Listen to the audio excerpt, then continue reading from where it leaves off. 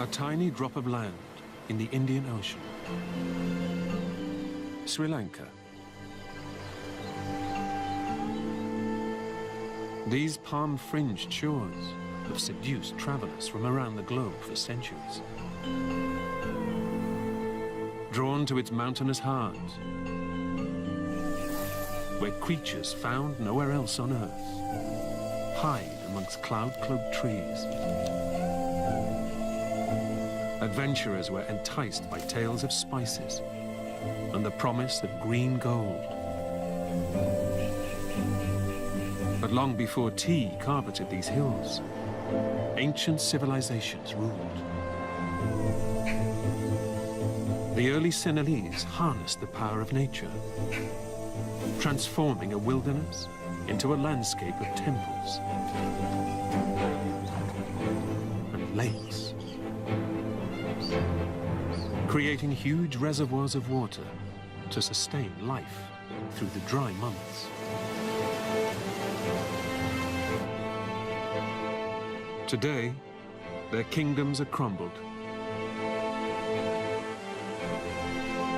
But in these waters, their legacy lives on.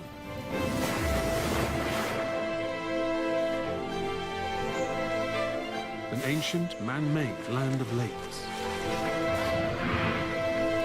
now home to the greatest gathering of elephants anywhere in Asia.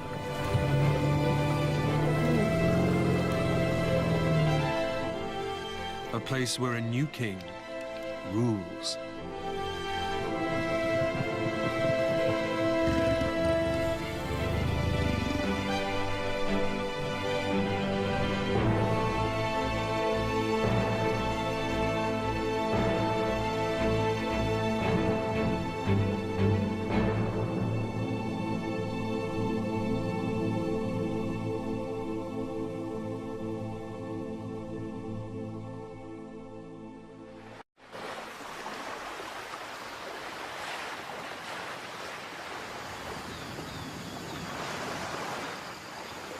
The sun rises over the southern coast of Sri Lanka.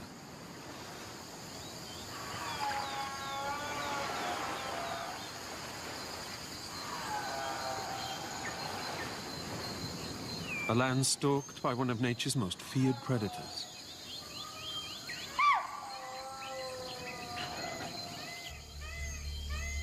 The king of these shores is a hidden hunter.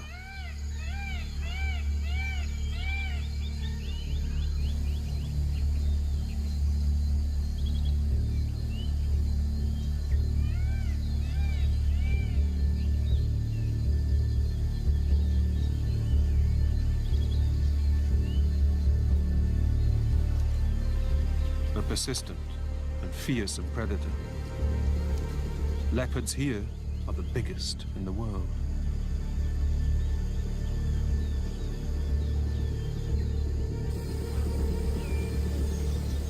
A deer carcass has been dragged high up into the trees.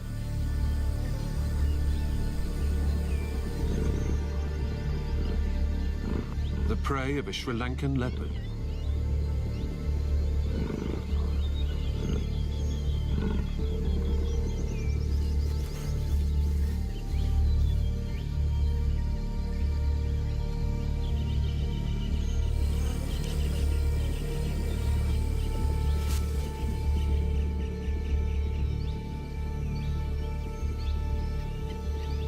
Although more than capable of carrying his own weight in freshly killed meat, he allows himself a moment to rest.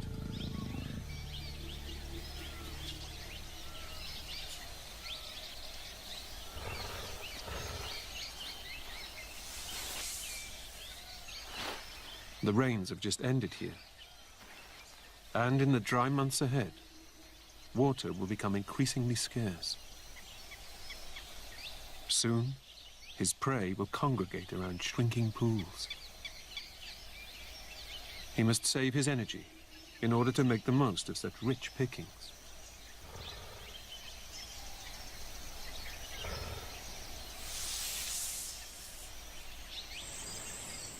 Parts of these lowlands are home to some of the highest densities of leopards anywhere in the world. The only leopard population on Earth to have evolved as the top predator in its ecosystem.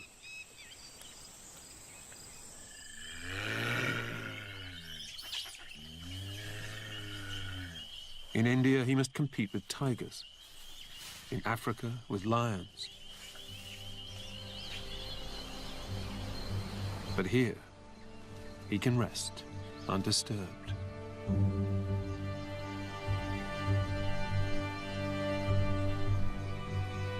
Unlike this young leopard cub,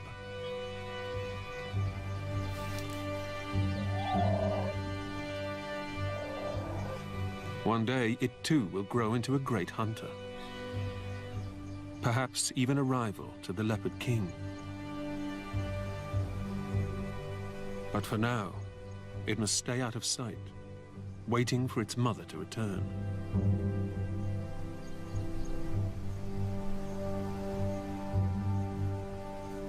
Young and defenseless, it would be an easy target for a territorial male.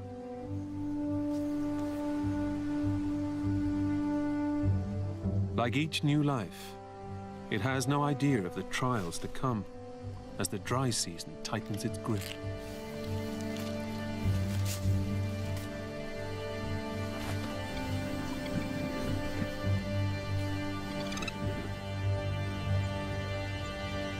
But for now, its world is one nourished by the recent rains.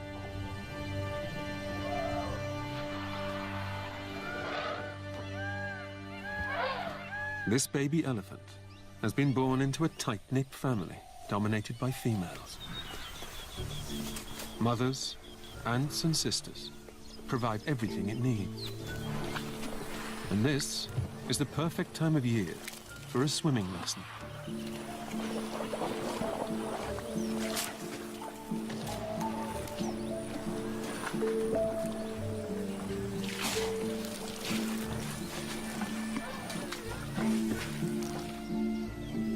Nearby, an adult male, the largest land mammal on the continent.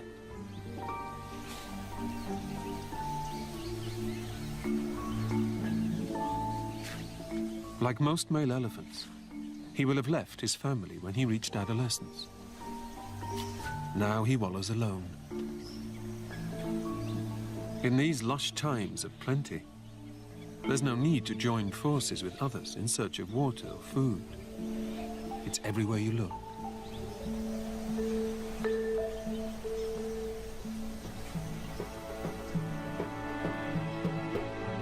Almost 50 times smaller than India, Sri Lanka hangs from the southern tip of that great continent like a teardrop. It's a landscape like no other, where thousands of mirrored lakes breathe life into the land.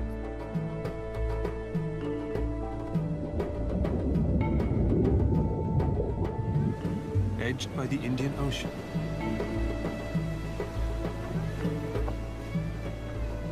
saline lagoons fringe its shores.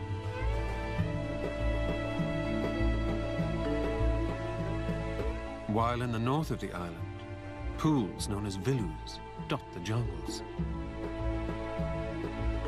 Natural sand-rimmed depressions which catch water during the monsoons and ebb away as the dry season takes hold.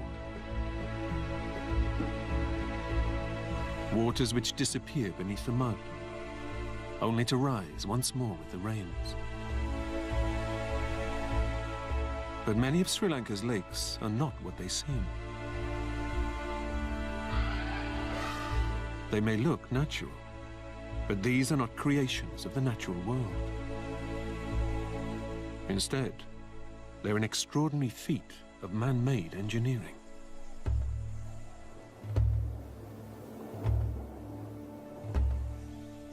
An irrigation system begun in the 4th century BC by Sri Lanka's early kings. They knew that while 2 monsoons drench Sri Lanka, only one passes over the dry lowlands of the north, south, and east. For much of the year, these lands must survive without rain. And so, they ordered the monsoon to be harnessed.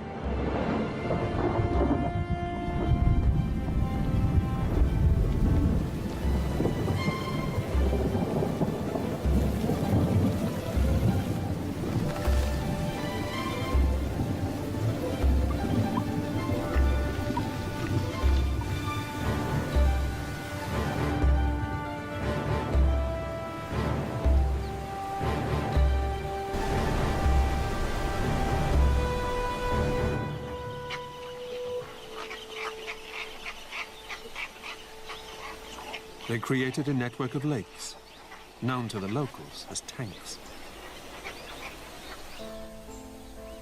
One of the most complex irrigation systems in the ancient world. The technology they used to harvest rain and conserve water is unsurpassed in the whole of South Asia.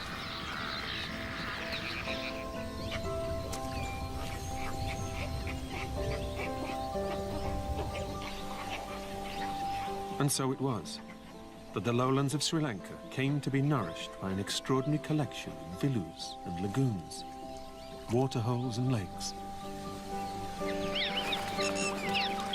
Some the work of nature, others the work of man.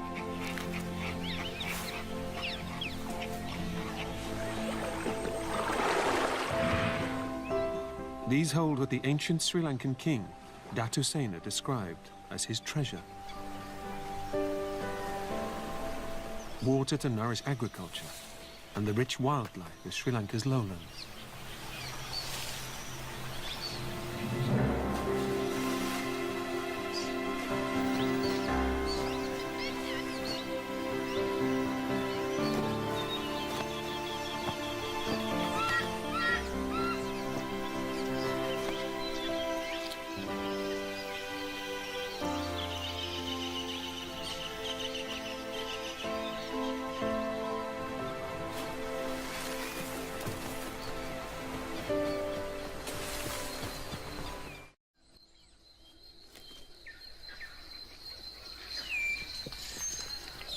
For centuries, grey langurs have drunk from this pool.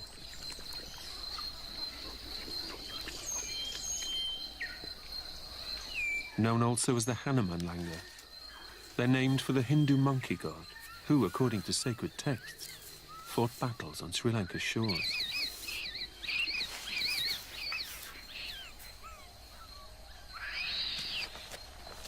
Today, this monkey tribe must fight a different battle. They are the eyes of the jungle, constantly alert for Sri Lanka's most iconic hunter.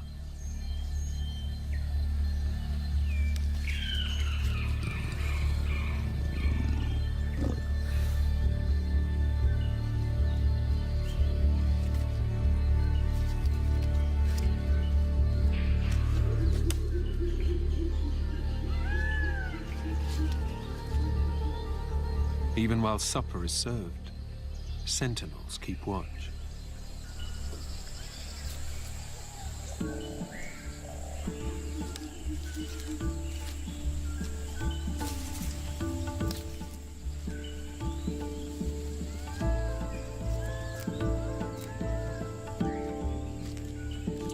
This is fine dining, Lanka style. The tree is their banquet table, grown with treats.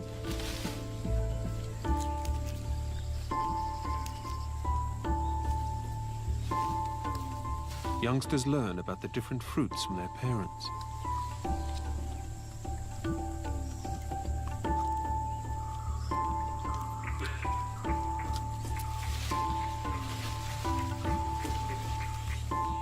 The langurs spend much of their day sitting at their treetop table. Not all make it to the end of the feast.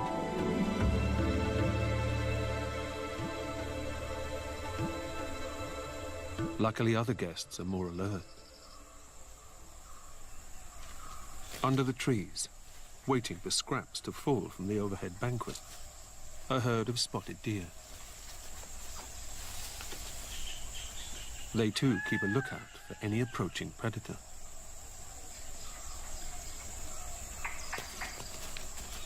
In an extraordinary example of teamwork between the species, these langurs and deer work together to ensure neither party are ever surprised by an unwelcome visitor.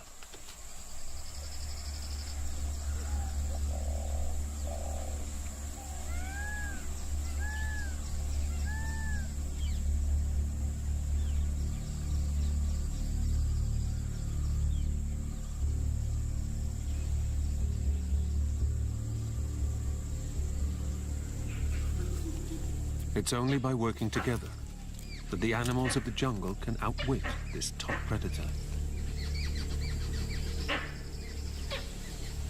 And it makes sense to have eyes and ears in high and low places.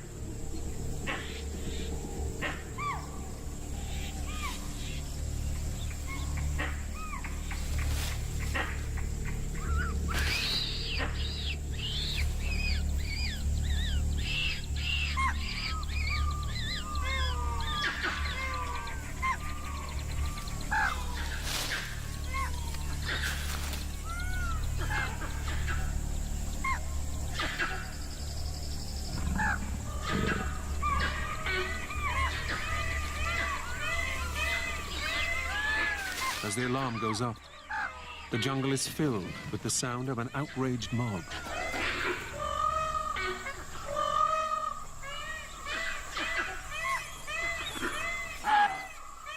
A crescendo of noise creates a very efficient form of neighborhood watch.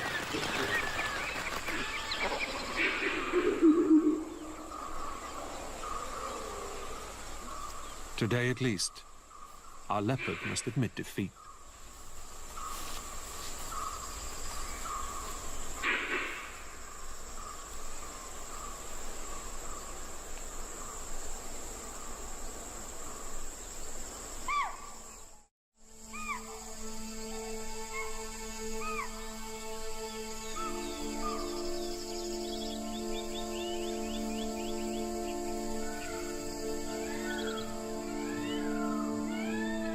Dawn breaks over one of Sri Lanka's most iconic landmarks.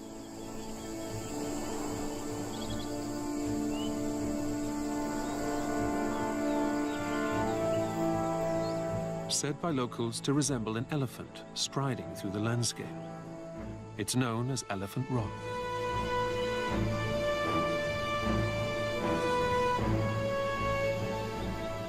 Since the days of the early Sinhalese, the elephant has been sacred. Once kept in the stables of kings, it's a creature celebrated across Sri Lanka. Its giant form lovingly remembered, even in the naming of an outcrop of rock.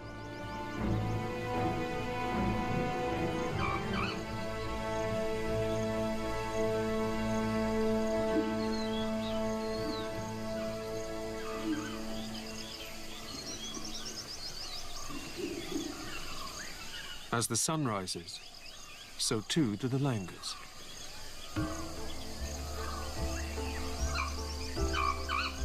Leaving the protection of the trees, these expert climbers make light work of near vertical slopes.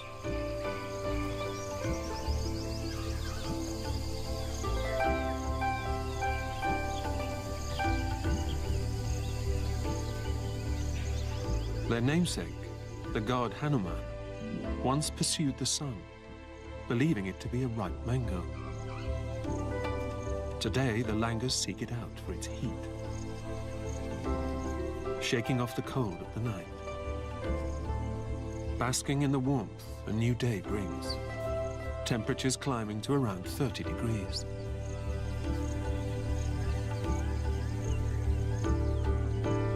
And this morning, it means they have front row seats at one of the jungle's finest aerial displays.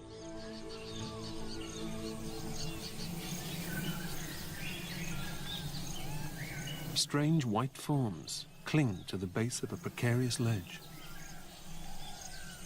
A group of beehives, rich with delicious honey. The perfect place for a pair of bee-eaters to snatch breakfast.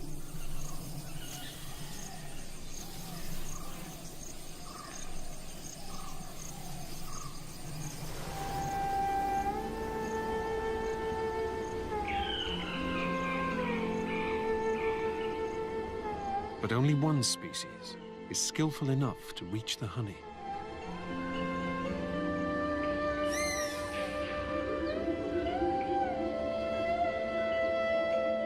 The oriental honey buzzard is an aerial specialist.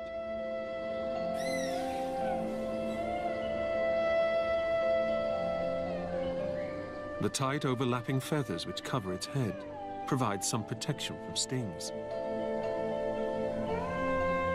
But this is not an easy prize to win.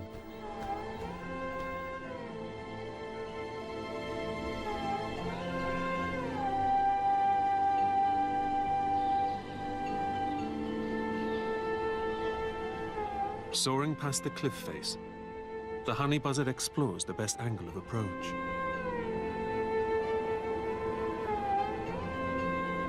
Flapping its wings to alert the bees, it entices them out before beating a tactical retreat, flying faster than the angry swarm.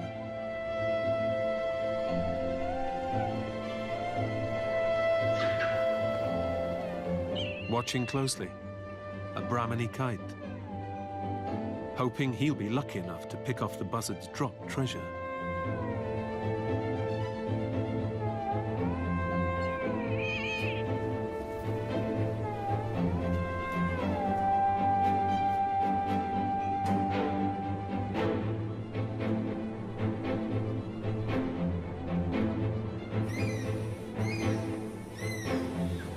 Suddenly, the honey buzzard turns, tearing back to the now undefended nest.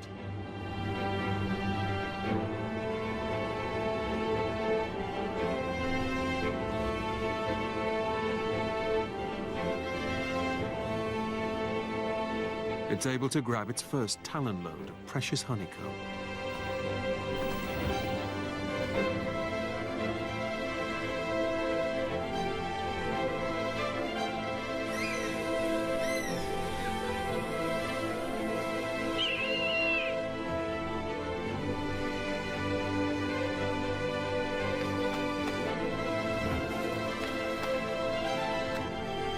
The honey buzzard's mastery of the skies provides both birds with breakfast.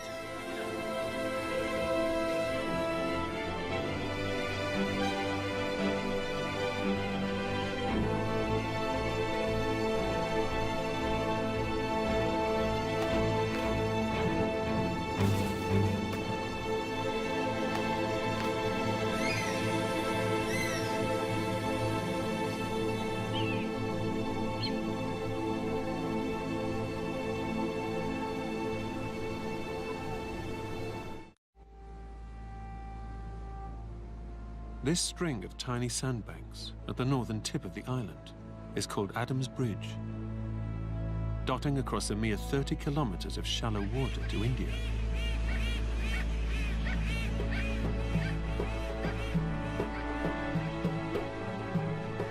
But the two pieces of land were once one. And over millions of years, Sri Lanka and India connected and disconnected.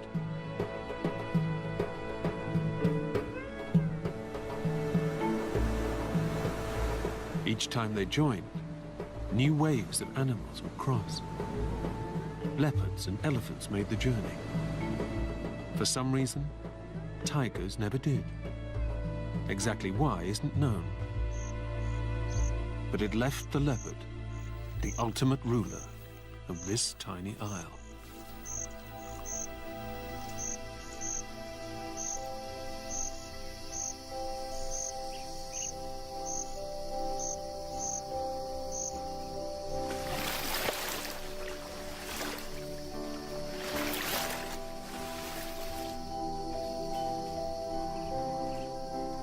Like strange fruit hanging from the branches, fruit bats wait for the sun to go down.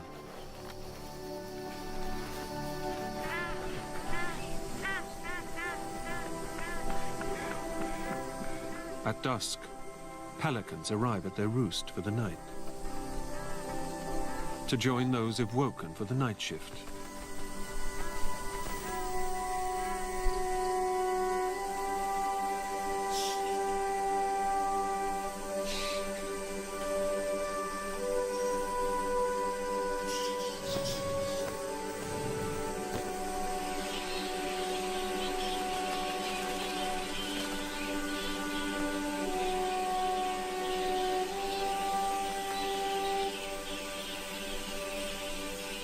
Fruit bats are the largest bats in the world. Setting to work as darkness falls, they will seek out ripe fruit.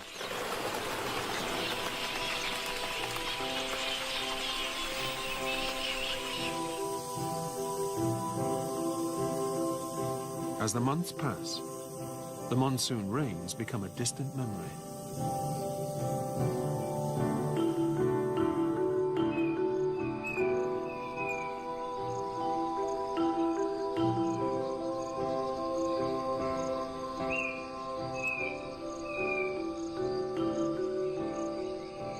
The sun burns down from a cloudless sky.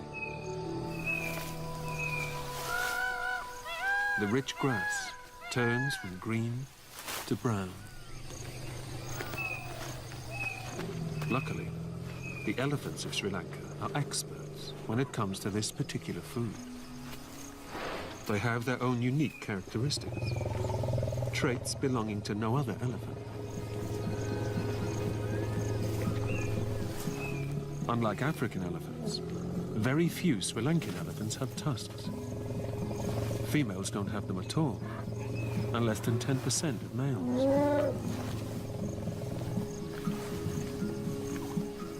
But they don't just look different, they behave differently.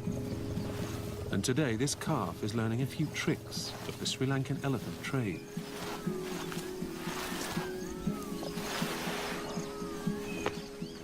Its elders swipe clumps of grass across their feet before eating.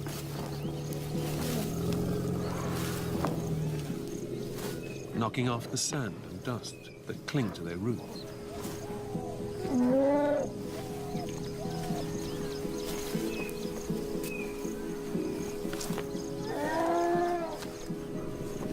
Scientists don't know exactly why they do this, but one theory is that it prevents wear and tear on their teeth.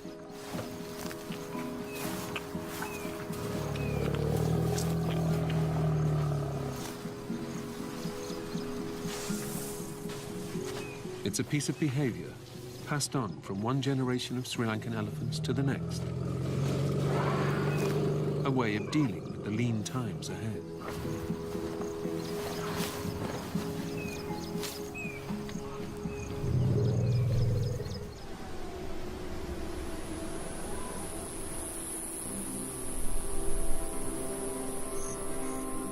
As the weeks pass, the dry season continues to grip these lands.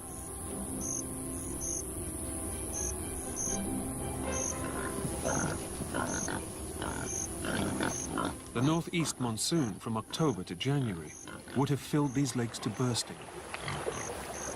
But during the dry months of the year, waters ebb away as the drought takes hold.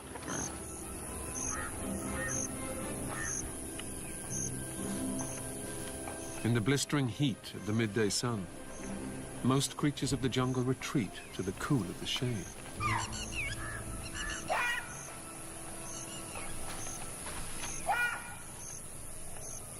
Surprisingly, it's the perfect time for these young jackal cubs to be sent out to play.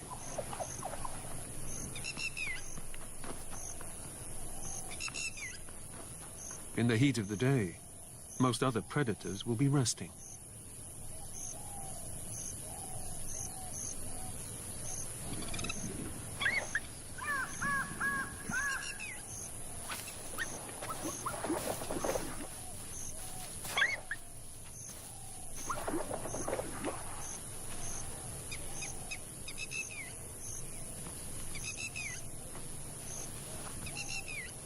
Jackals form a monogamous bond. The young will have the protection of both parents for at least the first year of their lives.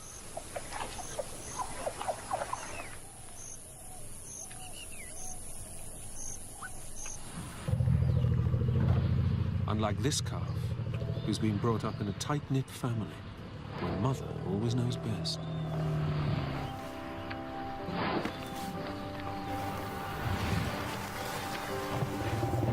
And in these arid months, her mother is wise enough to know that if she's to keep them alive, then she must lead her family in a search for fresh food and water.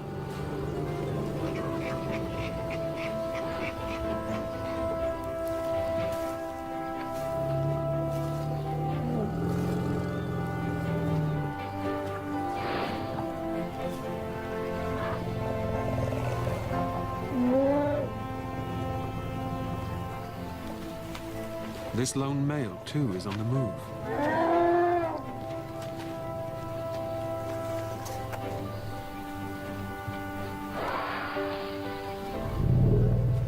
Like all the elephants in this area, he's setting off for the largest gathering of Asian elephants anywhere in the world.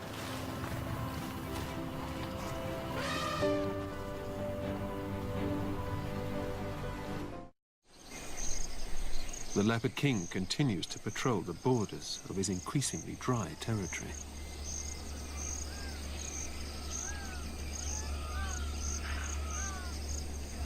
Jealously guarding a scavenged boar against other hungry mouths, he drags the carcass into the trees.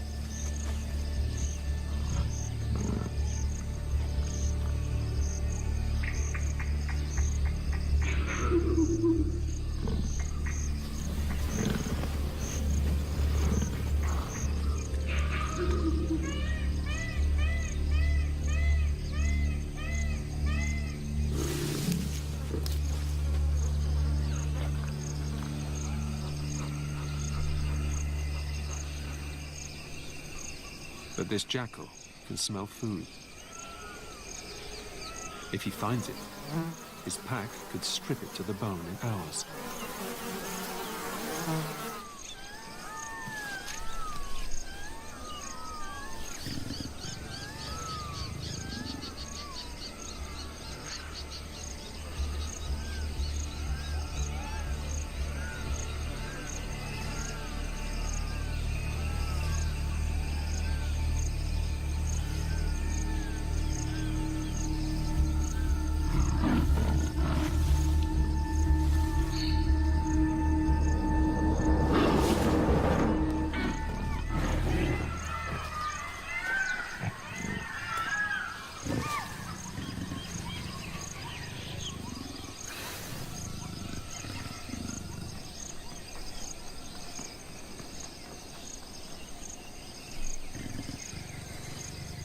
His meal defended, he returns to scavenge on what remains.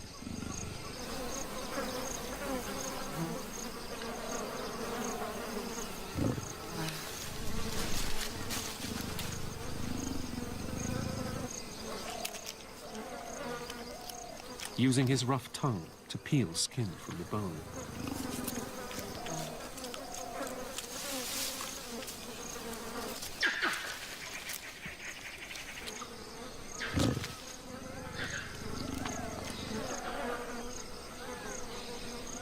But keeping the carcass safe is a full-time job. Especially when other predators are on the prowl.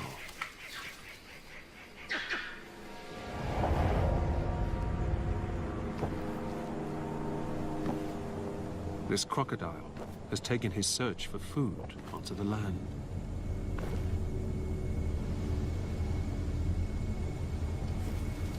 Its home is the man-made lakes of the ancient kings. But during the dry season, it roams further afield for food.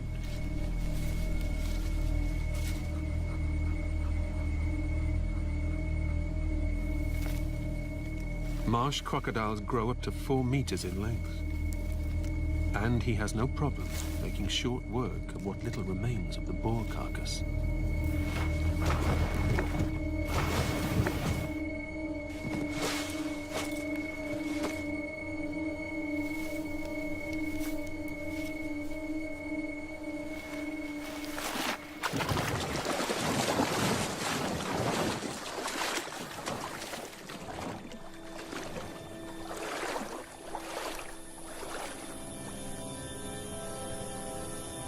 As the Earth wheels round the sun, the dry season reaches its zenith.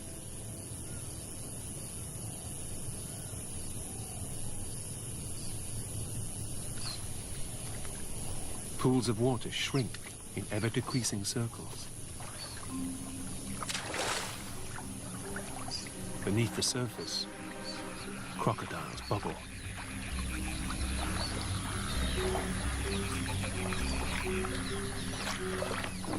With water so scarce, buffalo and painted stork huddle together while crocodiles snap at their feet.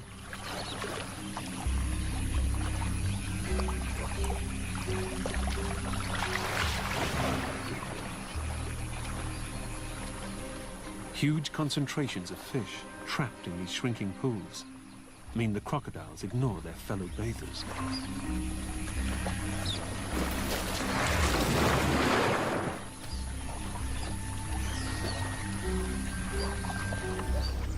With each day that passes, the water continues to ebb away. There's nothing the animals can do but wait for the rains.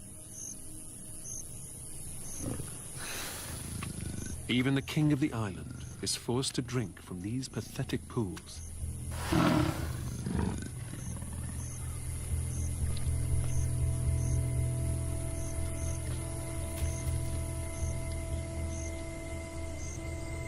The earth baked hard, unrecognizable from the lush lands of 6 months before.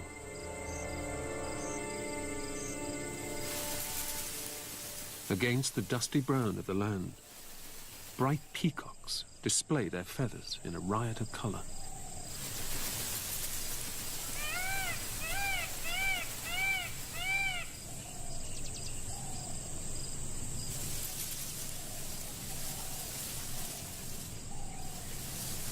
A courtship dance, which, tradition has it, heralds the imminent monsoon.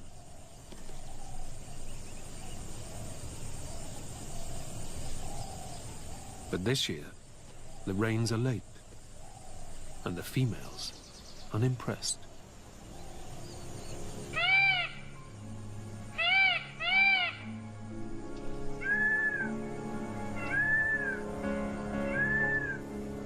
This is a precarious time for all the creatures of the lowlands. With each new dry day, the fight for survival becomes more intense. Only the toughest will survive, huddled around what little water remains.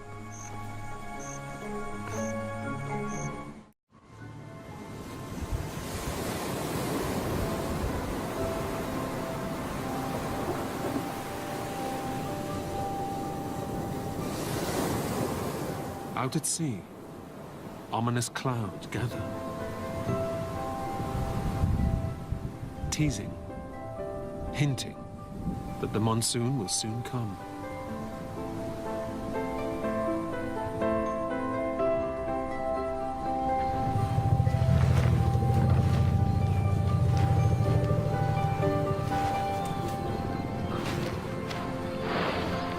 But until the rains arrive, the elephants depend upon a body of water created 2,000 years ago.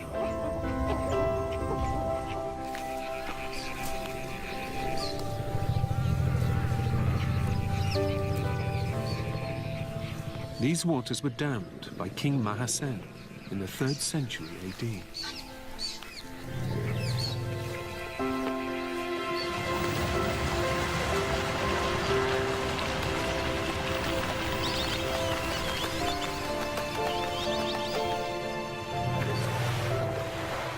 A huge lake to store waters during the dry months.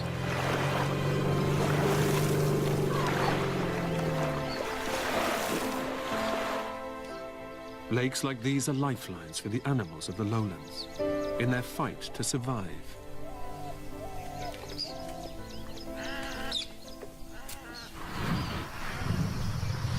For the elephants, their journey is over. Family groups have joined together into small herds. And then bigger herds. And then bigger herds. Until 300 elephants converge on these shores.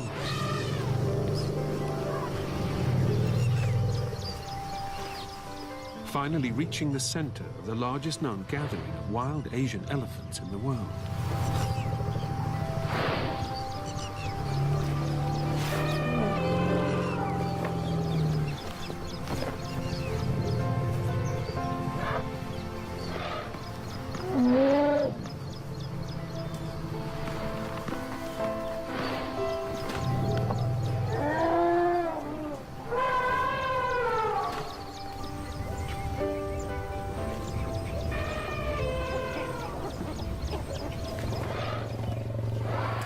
These artificial lakes were built for an ancient people who had no idea how their creations would sustain life 2 millennia later.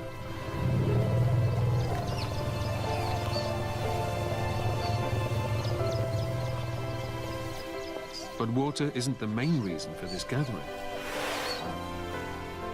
Because this lake, filled to bursting during the monsoon, is, like all water in these dry months, receding. And what's exposed is the reason the elephants are here. Lush, rich young grass.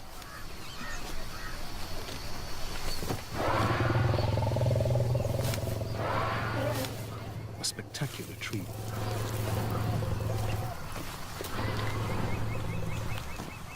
It leaves some rival males a little overexcited.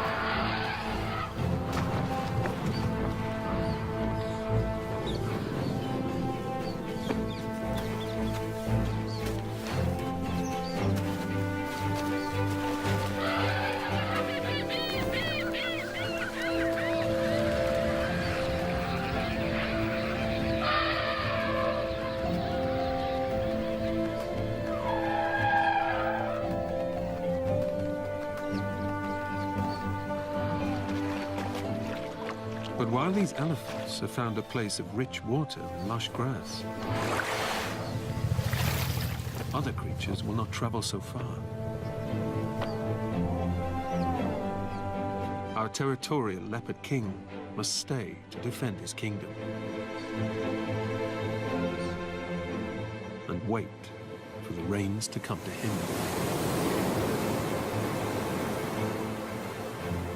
When they come, the waters of the lakes will be replenished, natural villas restocked, the man-made tanks restored, a land of lakes in which spectacular wildlife can flourish.